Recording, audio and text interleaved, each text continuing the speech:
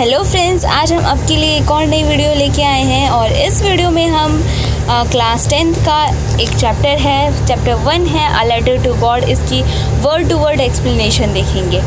आप class 10th में English की दो बुक्स हैं, एक है फर्स्ट फ्लाइट और एक है फुटप्रिंट विदाउट फिट।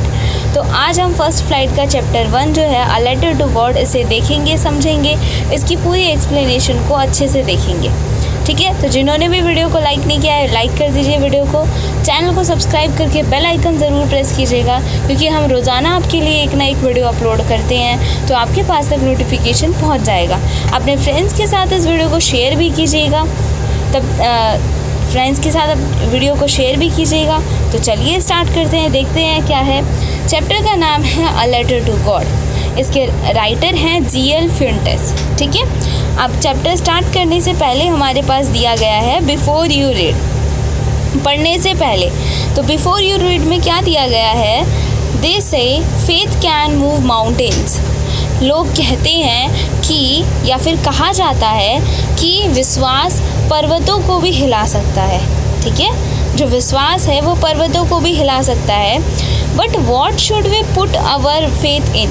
लेकिन हमें इस विश्वास को कहाँ पे रखना चाहिए, यानी कहाँ पे इसका यूज़ करना चाहिए? This is the question this story delicately possessive. और ये क्वेश्चन जो है, इसके लिए ये कहानी डेडिकेटेड है। ठीक है, ये इस क्वेश्चन के लिए ये कहानी डेडिकेटेड है। क्या है इस कहानी में? Lencho is a farmer. Lencho एक फार्मर है who writes a letter to God, जो गॉड को लेटर लिखता है। When his crops are ruined, जब उसकी क्रॉप्स क्या हो जाती हैं? बर्बाद हो जाती हैं, ख़राब हो जाती हैं। आस्किंग फॉर 100 पैसोस, और क्या मांग करता है उस लेटर में? उनसे वो 100 पैसोस की मांग करता है। पैसोस ना करेंसी होती है कहीं की, ठीक है, तो 100 पैसोस की मांग करता है। Does Lencho's letter reach God? क्या लैंचो का लेटर भगवान तक पहुंच पाता है? Does God send him money? क्या भगवान उसे मनी देते हैं? क्या भगवान उसे पैसे देते हैं? Think what your answer to this question would be. अब आप खुद सोचिए कि आपका आंसर क्या है इन क्वेश्चंस के लिए, और गेस कीजिए। And guess how the story continues, और गेस कीजिए स्टोरी में क्या क्या होगा। Before you begin to read, पढ़ने से पहले आप सोचिए इन क्वेश्चंस का आंसर क्या होगा, और अंदाज़ा लगाइए कि स्टोरी किस प्रकार से आगे बढ़ेगी, किस तरह से आगे बढ़ेगी। ठीक है, अब देखिए इसके बाद एक एक्टिविटी दी गई है, बट आप चाहें तो इस एक्टिविटी को देख के पढ़ सकते हैं। देखते हैं हमारा चैप्टर कहाँ से स्टार्ट होता है। तो हमारा चैप्टर यहाँ से स्टार्ट हो रहा है। कहाँ है? The house the only one in the entire valley. एक घर, द ओनली वन, सिर्फ अकेला घर पूरी वैली यानी कि घाटी में। घाटी मतलब छोटे छोटे पहाड़ होते हैं, तो पूरी घाटी में अकेला एक घर। Set on the crest of low hill, और जो कहाँ पे है? जो लो हिल है, जो निचली वाली घाटी है, उसकी क्रेस्ट में। क्रेस्ट का मतलब है ये जो छोटी लो हिल है, उसकी क्रेस्ट यानी कि टॉप पे, क्रेस्ट कहते हैं टॉप को। ओके, फ्रॉम दिस हाइट, और इस हाइट से one could see the river, कोई नदी को देख सकता है। मतलब यहाँ पे नदी है, तो इस हाइट से कोई भी नदी को देख सकता है। And the field of ripe corn dotted with the flowers, और क्या देख सकता है? और खेत देख सकता है। किसका? कॉर्न का। कॉर्न मतलब भुट्टे का खेत देख सकता है, और वो भी पके हुए हैं, यानी कि अब वो भुट्टे पक चुके हैं, उनके कटने का समय आ गया है। डॉटेड विद द फ्लावर्स, जो कि फ्लावर से डॉट है, यानी कि उसमें बहुत सारे फूल लगे हुए हैं। ठीक है, that always promised a good harvest. और ये जो खेत है, आपको इस खेत को देख के ऐसा लगेगा कि ये हमेशा, ये खेत क्या प्रॉमिस करता है? कि अच्छी हार्वेस्ट की, यानी कि हमेशा इस खेत से अच्छी उपज होती है। The only thing the earth needed was a downpour और एटलीस्ट अ शावर। और एक अकेली चीज़ जो अर्थ को चाहिए थी, वो थी डाउनपोर का मतलब होता है थोड़ी भारी बारिश, और एटलीस्ट अ शावर, या बस हल्की सी एक शार मतलब बूंदाबांदी, बस या तो भारी बारिश चाहिए या तो हल्की सी एक शार चाहिए, बस। ठीक है, बस इतना अर्थ को चाहिए, यानी कि इतना उस खेत को चाहिए, थोड़ी सी बारिश चाहिए। थ्रू आउट द मॉर्निंग, सुबह ही सुबह, Lencho who knew his field intimately had done nothing else but see the sky towards the northeast। अब लेंचो सुबह ही सुबह गया और जो अपने खेत को बहुत अच्छे से जानता था। अब ऑब्वियस है, एक खेत को उसका फार्मर ही जान सकता है, तो लेंचो कौन है? उस खेत का फार्मर। ठीक है, और हमारी इस स्टोरी का मेन लीड कैरेक्टर। ओके, तो लेंचो जो अपने फील्ड को बहुत अच्छे से जानता था, उसने कुछ नहीं किया, उसने बस आसमान की तरफ देखा। किस साइड में, कौन सी डायरेक्शन में? नॉर्थ ईस्ट डायरेक्शन में स्काई की तरफ देखा और क्या कहा? Now we are really going to get some water woman. हम सच में अब कुछ पानी पाने वाले, मतलब कि हमें सच में अब कुछ बारिश मिलेगी, सच में कुछ बारिश होने वाली है। Okay, the women who was preparing supper, वो औरत जो क्या बना रही थी? सपर बना रही थी। ठीक है, वो औरत कौन है? लेंचो की वाइफ। रिप्लाइड, वो रिप्लाई करती है, येस गॉड विलिंग, हाँ जैसी भगवान की मर्जी, हाँ भगवान की मर्जी। ठीक है, जैसी भगवान की मर्जी। The older boys were working in the field, जो बड़े लड़के हैं वो खेतों में काम कर रहे हैं। while the smaller ones were playing near the house until the woman called to them on। और जो छोटे लड़के हैं वो क्या कर रहे हैं? घर के पास खेल रहे हैं और तभी वो वुमेन उन्हें बुलाती है, यानी लेंचो की वाइफ या फिर उनकी मदर उन्हें बुलाती है। कम फॉर डिनर के लिए आ जाओ।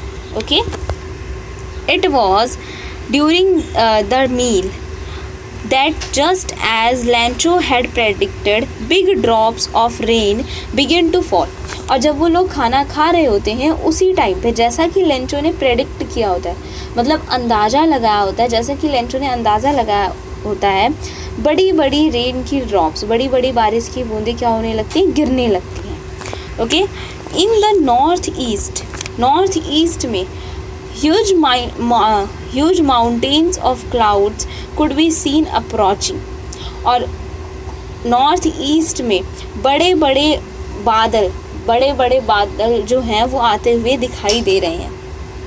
ठीक है, विशाल पहाड़ों जैसे बादल, मतलब ह्यूज का मतलब विशाल, बहुत बड़े, तो बड़े बड़े पहाड़ों जैसे बादल को आते हुए देखा जा सकता है, वो आते हुए दिखाई दे रहे हैं। द एयर वॉज फ्रेश, हवा जो है वो फ्रेश थी, एंड स्वीट थी। The man went out for no other reason than to have the pleasure of feeling the rain on his body. और वो आदमी जो है, यानी कि लेंचो, बाहर जाता है, कोई रीज़न नहीं है, सिर्फ रीज़न ये है कि उसे क्या करना है? उस रेन को फील करना है अपनी बॉडी पे। मतलब वो इतना अच्छा है, एयर बहुत अच्छी चल रही है, तो उसे इस प्लीज़र को फील करना है, तो इसी के लिए वो बाहर जाता है। They are not rain drops falling from the sky, they are new coins. अब लेंचो बोलता है, मैंने एक लाइन छोड़ दी, एंड व्हेन ही रिटर्न्ड, यहाँ पे and when he returned he exclaimed, they are not rain drops falling from the sky, they are new coins. और वो जब आता है तो वो खुश होके बोलता है कि ये बारिश की बूंदें नहीं है जो सिर्फ आसमान से गिर रही हैं, ये मेरे लिए पैसों के समान है, कॉइन्स के समान है। अब ऐसा क्यों कहता है लेंचो? ऐसा इसलिए कहता है क्योंकि अब उसका खेत था, उसमें जो कॉर्न्स थे वो पूरी तरीके से पक चुके थे, बस उन्हें क्या चाहिए थी? थोड़ी सी बारिश, और उसके बाद बहुत अच्छी फसल तैयार होने वाली थी और उस फसल से लेंचो बहुत कमाने वाला था, बहुत प्रॉफिट उसे मिलने वाला था। ठीक है, तो इसीलिए वो इन बारिश की बूंदों को कॉइन से कंपेयर करता है, और वो कंपेयर करता है तो इनके वो भी बता देता है, इनकी वैल्यू भी बता देता है। कैसे? The big drops are 10 cent pieces, जो बड़े वाले ड्रॉप्स हैं वो 10 सेंट पीसेस हैं, and the little ones are 5, और जो छोटी वाली ड्रॉप्स हैं वो 5 सेंट पीसेस हैं। और ये सेंट क्या होती है? एक करेंसी होती है। ठीक है, विद अ सेटिस्फाइड एक्सप्रेशन, एक सेटिस्फाइड एक्सप्रेशन के साथ, ही regarded the field of ripe corn with its flower draped in a curtain of rain. और एक सेटिस्फाइड एक्सप्रेशन के साथ अब वो बहुत ज़्यादा सेटिस्फाई हो जाता है। क्यों? क्योंकि अब सिर्फ बारिश चाहिए होती है और वो भी आ गई, है ना। तो एक सेटिस्फाइड एक्सप्रेशन के साथ वो अपने फील्ड को, जो कि राइप कॉर्न के साथ भरा हुआ है और उसमें फ्लावर्स भी हैं, उनको थैंक्स बोलता है, रिगार्डेड, ठीक है, थैंक्स बोलता है, जो कि draped in a curtain of rain. Draped का मतलब होता है कवर होना, ठीक है, कवर होना। तो और जो उसका जो खेत है वो किससे कवर है? कर्टेन ऑफ रेन, बारिश के पर्दे से, क्योंकि बारिश ऊपर से नीचे की तरफ होती है और उसी टाइप में पर्दे भी डले होते हैं। तो बारिश के पर्दों से वो उसके जो खेत हैं वो पूरी तरीके से कवर्ड है। बट सडनली, बट अचानक क्या होता है? A strong wind begin to blow, एक बहुत ज़ोर हवा चलना स्टार्ट हो जाती है। And along with the rain, और बारिश के साथ साथ very large hail stones begin to fall, और बारिश के साथ साथ क्या होता है? बड़े बड़े ओले भी गिरने लग जाते हैं, ठीक है, बर्फ़ के ओले भी गिरने लग जाते हैं। This truly did resemble new silver coins, और इन्हें देख के ऐसा लगता है कि अब ये सच में बिल्कुल सिल्वर कॉइन्स की तरह लग रहे हैं। पहले तो लेंचो बस बोलता है कि हाँ ये मेरे लिए बारिश की बूंदें कॉइन्स के समान है, बट अब ये जो हेल स्टॉर्म्स गिरने लगे हैं इन्हें देख के तो लगता है कि हाँ सच में ये सिल्वर कॉइन्स के बराबर है। The boys exposing themselves to the rain ran out to collect the frozen pearls. अब वो लड़के जो थे वो खुद को एक्सपोज कर देते हैं, यानी कि भागते हुए बारिश में जाते हैं। अब वो बारिश किस में बदल चुकी है? हेल स्टोन, है ना, क्योंकि अब क्या हो रहे हैं? ओले पड़ रहे हैं उसमें, ठीक है। तो वो भागते हुए बारिश में जाते हैं और क्या करते हैं? उन फ्रोज़न पीरल्स को, यानी कि वो मोती टाइप के ओले जो है वो मोती की तरह गिर रहे हैं, तो उन ओलों को क्या करने लगते हैं? कलेक्ट करने लगते हैं। It is really getting bad now exclaim the man. अब वो मैन यानी कि लेंचो बोलता है, ठीक है, लेंचो बोलता है कि ये तो अब वास्तव में ख़राब होता जा रहा है। वो एक्सक्लेम मतलब थोड़ा चिल्लाता है कि ये तो वास्तव में अब बहुत ख़राब होता जा रहा है। I hope it passes quickly, मैं उम्मीद करता हूँ कि ये बहुत जल्दी ही चला जाए, यानी कि ये हेल स्टॉर्म्स जो हैं, ये ओले जो गिर रहे हैं, ये बहुत जल्दी ही चले जाएं, गिरने बंद हो जाएं। बट क्या होता है? It did not pass quickly, लेकिन ऐसा कुछ नहीं होता, ये ओले जल्दी नहीं जाते, ठीक है, ये बंद नहीं होते। For an hour the hail rained on the house, the garden, the hillside, the cornfield and on the whole valley. और लगभग 1 घंटे तक ओले गिरते हैं घर पे, गार्डन में, हिल साइड में, उस कॉर्न के फील्ड में, और पूरी वैली में बर्फ़बारी नहीं, ओले पड़ते हैं, ठीक है। द फील्ड वॉज वाइट, अब वो जो उसका खेत है 1 घंटे बाद, अब इतने ओले पड़े हैं तो उसका जो खेत है वो पूरी तरीके से क्या हो जाता है? वाइट हो जाता है। As if covered with salt, और ऐसा लगता है कि जैसे उसे किसी ने किससे? नमक से कवर कर दिया है, सॉल्ट से कवर कर दिया है, क्योंकि ओले पड़े हैं तो अब वो ओले पूरे खेत में पड़े हुए रहते हैं, पूरे फील्ड में, तो इसीलिए उसका पूरा खेत कैसा लगता है? एकदम वाइट, जैसे कि किसी ने नमक से उसे कवर कर दिया है। Not a leaf remained on the trees, और पेड़ पे एक पत्ता तक नहीं बचता। The corn was totally destroyed, जो कॉर्न होते हैं वो पूरी तरीके से क्या हो जाते हैं? डिस्ट्रॉय, क्योंकि चाहिए थी बस बारिश, और क्या पड़ जाते हैं? ओले पड़ जाते हैं, तो उसकी वजह से जो उसके कॉर्न होते हैं वो पूरी तरीके से क्या हो जाते हैं? डिस्ट्रॉय हो जाते हैं, बर्बाद हो जाते हैं। The flowers were gone from the plants, और जो उन प्लांट्स पे फ्लावर्स लगे थे वो भी क्या चले जाते हैं, यानी कि टूट चुके होते हैं, झड़ चुके होते हैं। Lencho soul was filled with sadness, और लेंचो की जो आत्मा होती है वो पूरी तरीके से सैडनेस से भर जाती है। अब आप इस लाइन से अंदाज़ा लगा सकते हैं तो कि वो कितना ज़्यादा सैड है, उसकी पूरी आत्मा सैडनेस से भर जाती है। When the storm had passed, he stood in the middle of the field and said to his son, और जब स्टॉर्म यानी कि वो स्टॉर्म तूफ़ान चला जाता है, क्योंकि बहुत तेज़ हवा चल रही होती है, ओले पड़ रहे होते हैं, तो वो तूफ़ान की तरह है। जब वो तूफ़ान चला जाता है तो लैंचो अपने खेत के बीच में खड़ा हो जाता है और अपने बेटों से कहता है अ प्लेग ऑफ लॉकस्ट। लॉकस्ट का मतलब क्या होता है? लॉकस्ट होते हैं एक तरह के इंसेक्ट जो कि ग्रुप्स में उड़ते हैं, ठीक है, और वो क्या करते हैं? क्रॉप्स को डिस्ट्रॉय कर देते हैं, वो क्रॉप्स को खा लेते हैं। टिड्डी टाइप के कुछ होते हैं, लॉकस्ट उन्हें कहते हैं। तो अ plague of locust would have left more than this.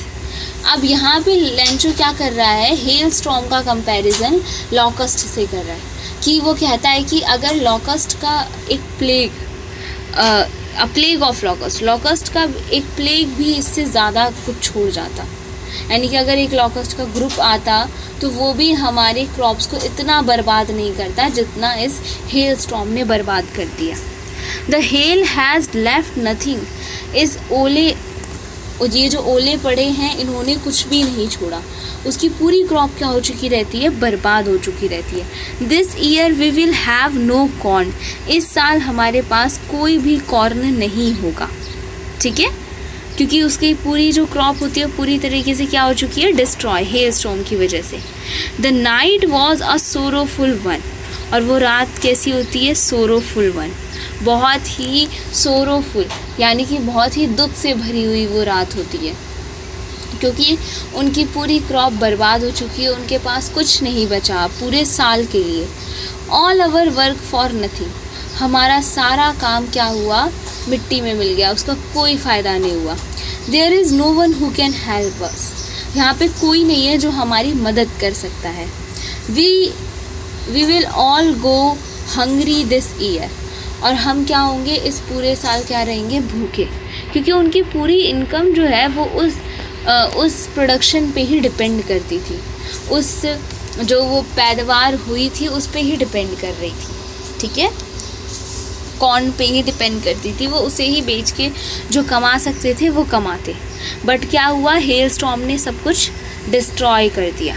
अब देखिए यहाँ पे कुछ क्वेश्चंस दिए हैं, हम इन क्वेश्चंस को लास्ट में करेंगे, अपनी एक्सप्लेनेशन को कंटिन्यू करते हैं, ठीक है। आप चिंता मत कीजिए, उन क्वेश्चंस को हम लास्ट में ज़रूर देखेंगे, उनके आंसर, और उन्हें समझेंगे। तो आगे एक्सप्लेनेशन को कंटिन्यू करते हैं। क्या है लिखा? But in the hearts of all who lived in that solitary house in the middle of the valley there was a single hope, help from God. Solitary house मतलब उस अकेले घर में, पूरी वैली में, पूरी घाटी के मिडल में वो जो अकेला घर था, उसमें जो रहते थे, हु लिव्ड मतलब जो लोग रहते थे, उनके हार्ट में अभी भी एक होप थी। और वो होप क्या थी?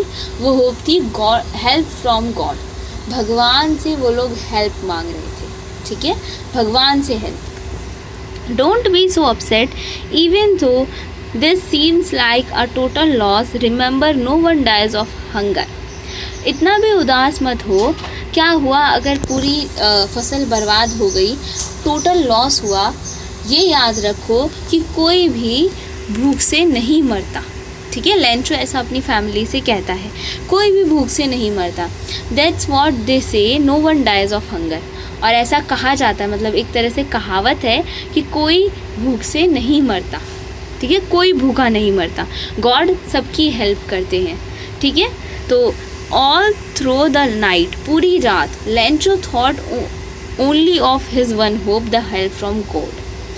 तो और पूरी रात लैंचो सिर्फ क्या सोचता है? अपनी एक होप के बारे में, जो कि क्या है? गॉड से उसे अपनी हेल्प लेनी है, गॉड से जो हेल्प की होप है सिर्फ उसके बाद में सोचता है। हुज आइज, जिनकी आँखें, as he had been instructed see everything even what is deep in one's consistence, ठीक है। तो अब क्या कहते हैं कि गॉड की आँखें जो हैं वो क्या करती हैं? हर उस चीज़ को देख सकती हैं, हर चीज़ को देख सकती हैं, ठीक है, हर चीज़ को देख सकती हैं, कुछ भी गॉड की आँखों से नहीं बचता।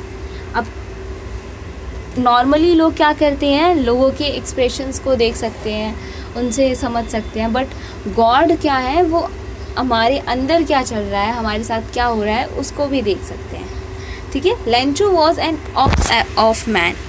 लैंचो एक ऑक्स ऑफ अ मैन था। ऑक्स ऑफ मैन का मतलब है बहुत मेहनत करता था, ठीक है, एक ऑक्स की तरह मेहनत करता था।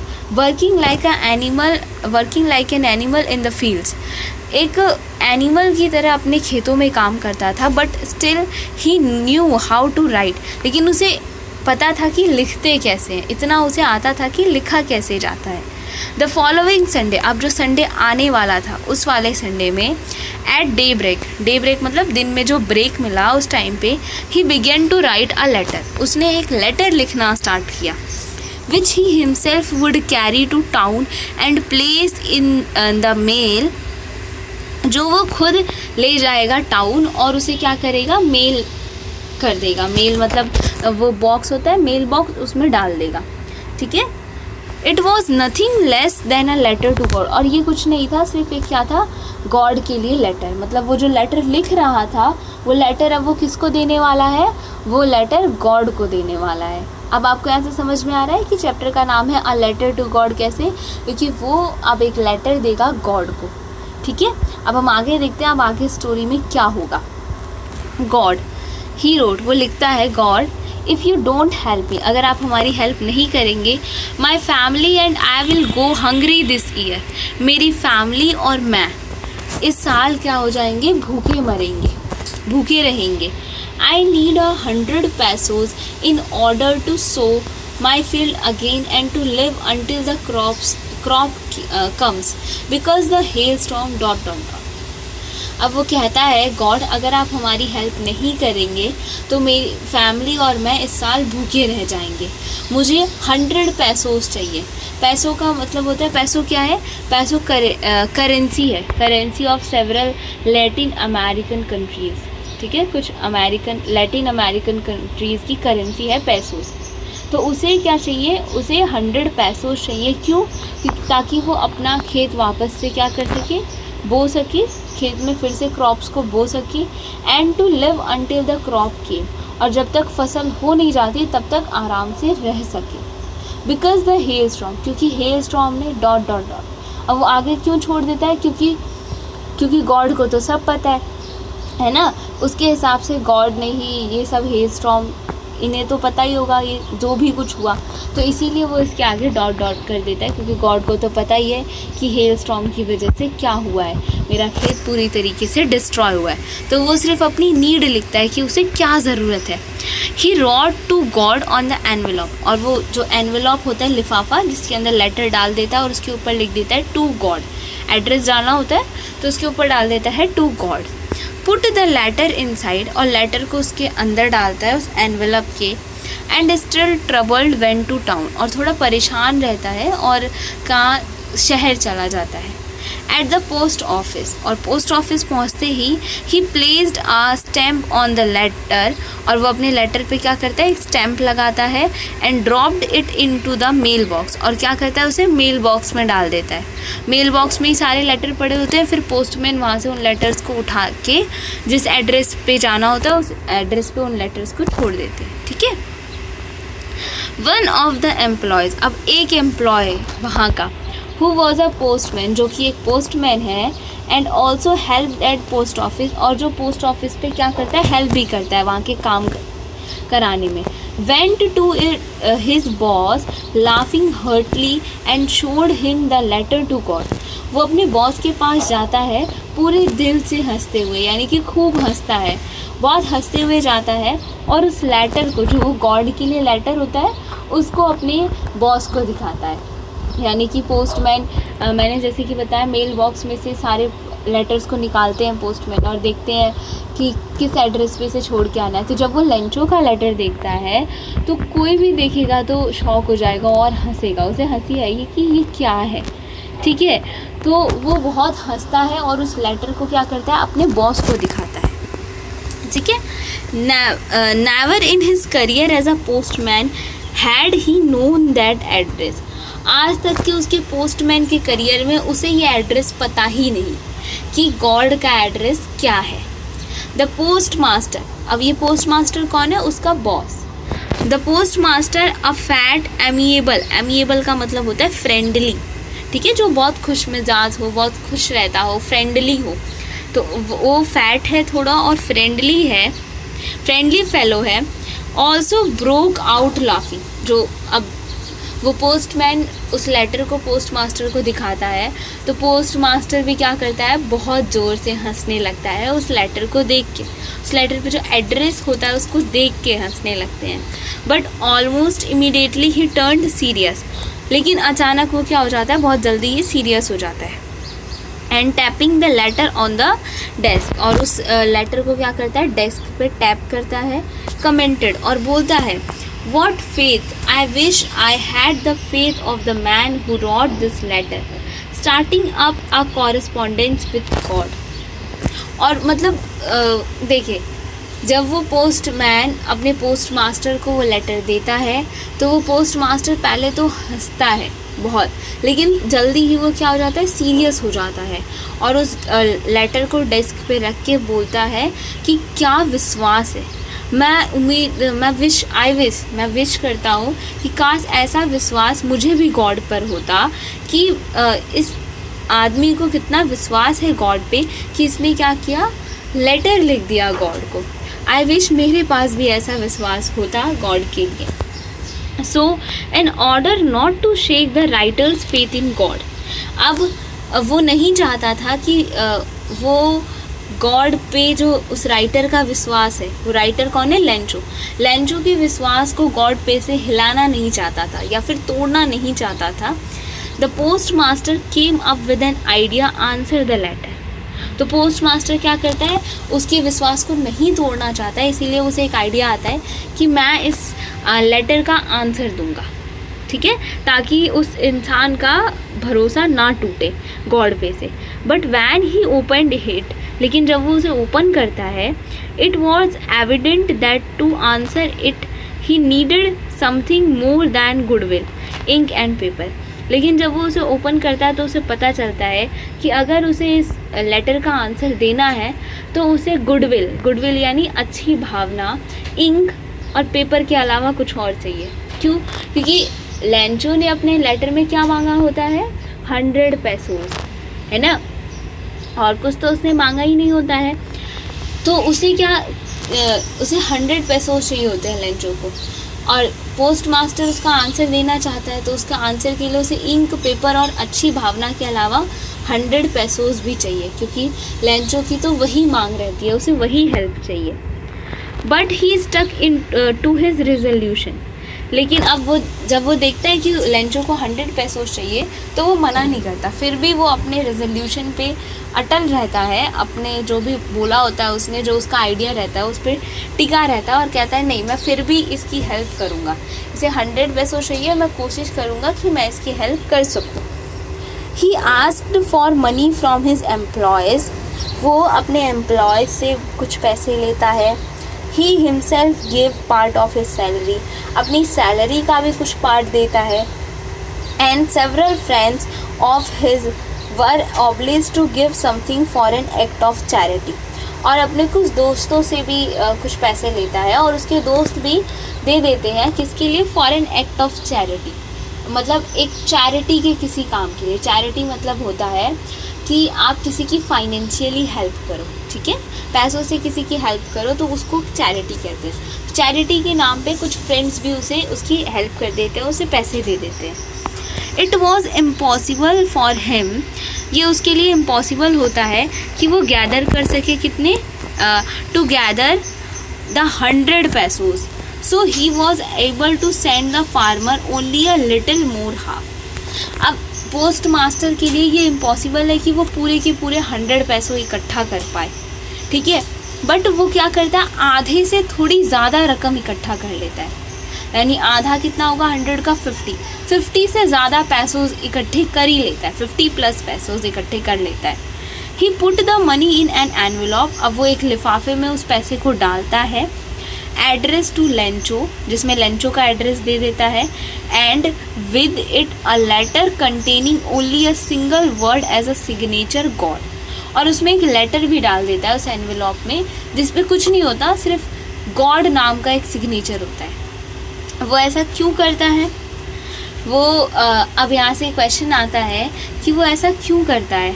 वो उसमें एक लेटर क्यों डाल देता है और उस पर गॉड साइन क्यों कर देता है? क्यों वो ऐसा इसलिए करता है ताकि वो लेंचो को ये यकीन दिला सके कि ये जो रिप्लाई है, ये पैसे जो हैं, ये सच में गॉड नहीं भेज रहे हैं। तो इसीलिए वो उसमें एक लेटर डाल देता है और उस पर साइन कर देता है गॉड। अब देखिए अब आगे क्या होता है। अब देखिए फिर से यहाँ पे कुछ क्वेश्चंस दिए हैं, बट मैंने कहा ना हम इन्हें लास्ट में करेंगे, सो आप चिंता मत कीजिए, आप बस एक्सप्लेनेशन को समझिए। आई होप आपको यहाँ तक बहुत अच्छे से समझ में आया होगा। देखते हैं आगे क्या होता है। The following Sunday Lencho came a bit earlier. और अब नेक्स्ट संडे जो होता है, अब जो नेक्स्ट संडे है उस संडे को लेंचो थोड़ा जल्दी आ जाता है than usual to ask if there was a letter for him.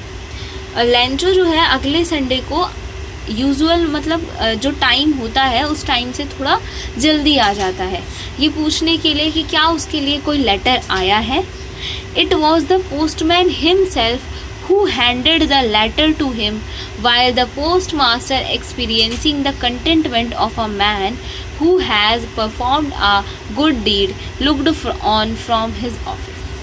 अब देखो, अब वो जो लेटर होता है वो जो लेटर है ना जिसमें 70 पैसों हैं, जो रिप्लाई है लेंचो के लेटर का, उस लेटर को कौन लेंचो को देता है? वही पोस्टमैन जिसने लेंचो का लेटर मेल बॉक्स से निकाला था। वही पोस्टमैन उसको उस लेटर को, जो रिप्लाई वाला लेटर है, वो लेंचो को देता है। ठीक है। और वहीं पे क्या होता है, ये सब चीज़ें कौन देख रहा होता है? Post master. और वो क्या कर रहा होता है? पोस्ट मास्टर ये सब चीज़ें देख रहा होता है और क्या एक्सपीरियंस करता है? कंटेंटमेंट का मतलब है सेटिस्फेक्शन। अब जब भी आप कोई एक अच्छा काम करते हो तो आपको एक सेटिस्फेक्शन मिलता है कि हाँ मैंने ये अच्छा काम किया, मेरी वजह से कोई खुश होगा। तो वही वो पोस्ट मास्टर अपने ऑफिस में बैठ के उसी कंटेंटमेंट को, उसी सेटिस्फेक्शन को एक्सपीरियंस कर रहा होता है, फील कर रहा होता है, और वहाँ से लेंचो और उस पोस्टमैन को देख रहा होता है। और वो पोस्टमैन क्या कर रहा होता है? वो जो रिप्लाई वाला लेटर है जिसमें 70 पैसोज हैं वो लेंचो को देता है। Lencho showed not the slightest surprise on seeing the money. अब जब लेंचो उस लेटर को खोल के देखता है, उस एनवेलप को खोल के देखता है, तो उसमें पैसे देखता है, तो अगर आपके साथ ऐसा होता तो आप सरप्राइज़ हो जाते कि सच में मेरे लिए रिप्लाई आ गया, है ना, सच में मेरे लिए रिप्लाई आ गया, सच में गॉड ने मेरी हेल्प की, मुझे पैसे दिए। लेकिन लेंचो बिल्कुल भी सरप्राइज़ नहीं होता उन पैसों को देख के। सच वॉज हिज कॉन्फिडेंस। और ऐसा क्यों होता है? उसके कॉन्फिडेंस की वजह से। अपने कॉन्फिडेंस की वजह से उसे बिल्कुल भी एक्साइटमेंट या बिल्कुल भी वो शॉक नहीं होता, बिल्कुल भी सरप्राइज़ नहीं होता। But he became angry when he counted the money. और सरप्राइज़ होने की बजाय वो क्या हो जाता है? गुस्सा हो जाता है। क्यों? जब वो पैसों को काउंट करता है। ठीक है। अब वो पैसों को जब काउंट करता है ना तो गुस्सा हो जाता है। क्यों? अब क्यों गुस्सा होता है? God could not have made a mistake. God mistake नहीं कर सकते। Nor could he have denied Lencho what he requested. और ना ही वो लेंचो को मना कर सकते हैं जो लेंचो ने मांगा है, ना ही लेंचो की विश को मना कर सकते हैं, और ना गॉड गलती कर सकते हैं। यानी कि अब देखिए हमने क्या देखा, हमें ये पता है कि उस पोस्ट मास्टर ने 100 पैसों तो कलेक्ट नहीं किए, 100 की जगह 50+ पैसों कलेक्ट किए हैं, है ना, मोर देन हाफ पैसों कलेक्ट किए हैं। लेकिन जब लेंचो उनको काउंट करता है तो उसे बिल्कुल गॉड पे यकीन है कि गॉड कभी गलती नहीं कर सकते, और मैंने जो मांगा है ना ही उसे कभी मना कर सकते हैं। तो ये पैसे कम क्यों है? ये 100 पैसों क्यों हैं? 100 पैसों से कम क्यों है?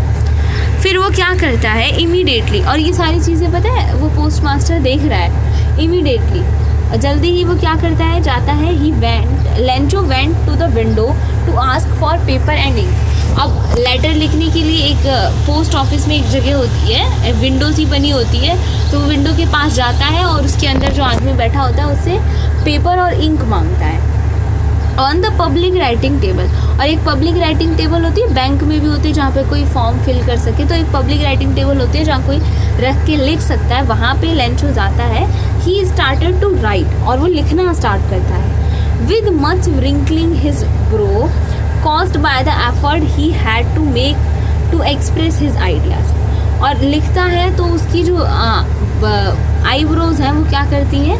व्रिंकलिंग मतलब बोहें चढ़ा के, जो उसकी आईब्रोज हैं उनमें भी कुछ मूवमेंट होता रहता है। और वो मूवमेंट क्यों होता है? क्योंकि वो अपने आइडियाज़ को ना लिख रहा होता है, तो उन्हीं को लिखने में जो एफर्ट होता है उसकी वजह से उसकी आईब्रोज भी मूव करती हैं, ठीक है।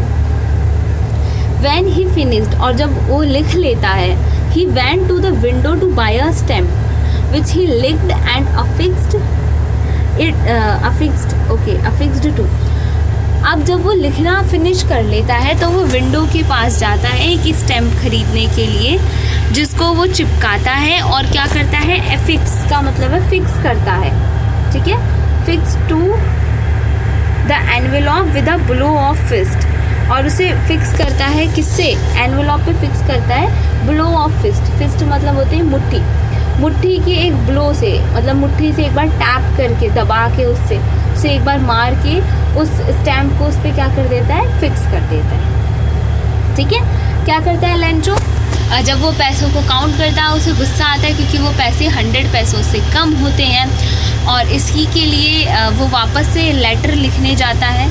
तो पेपर और इंक से वापस लेटर लिखता है, फिर स्टाम्प खरीदता है और स्टाम्प को उस पेपर एनवेलप पे चिपकाता है और उसे किससे फिक्स करता है? अपनी मुट्ठी की एक ब्लो से उसे क्या कर देता है? फिक्स कर देता है। द मोमेंट द लेटर फैल इनटू द मेल बॉक्स, और वो पल जब वो लेटर उस मेल बॉक्स में डालता है, the post master went to open it, और पोस्ट मास्टर तुरंत जाके क्या करता है? उसे ओपन करता है।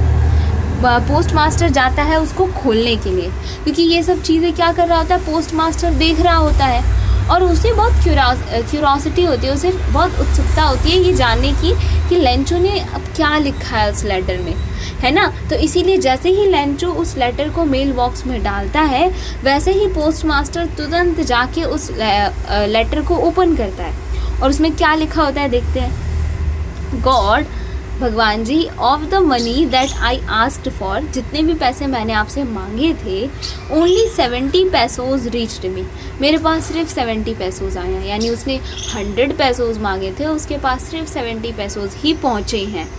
सेंड मी द रेस्ट, मुझे बचे हुए पैसे भेज दीजिए। Since I need it very much, मुझे बहुत ज़रूरत है उनकी। But don't send it to me through the mail, because the अब लेकिन आप उन पैसों को ना मेल के थ्रू मत भेजना, मतलब ये लेटर के थ्रू मत भेजना।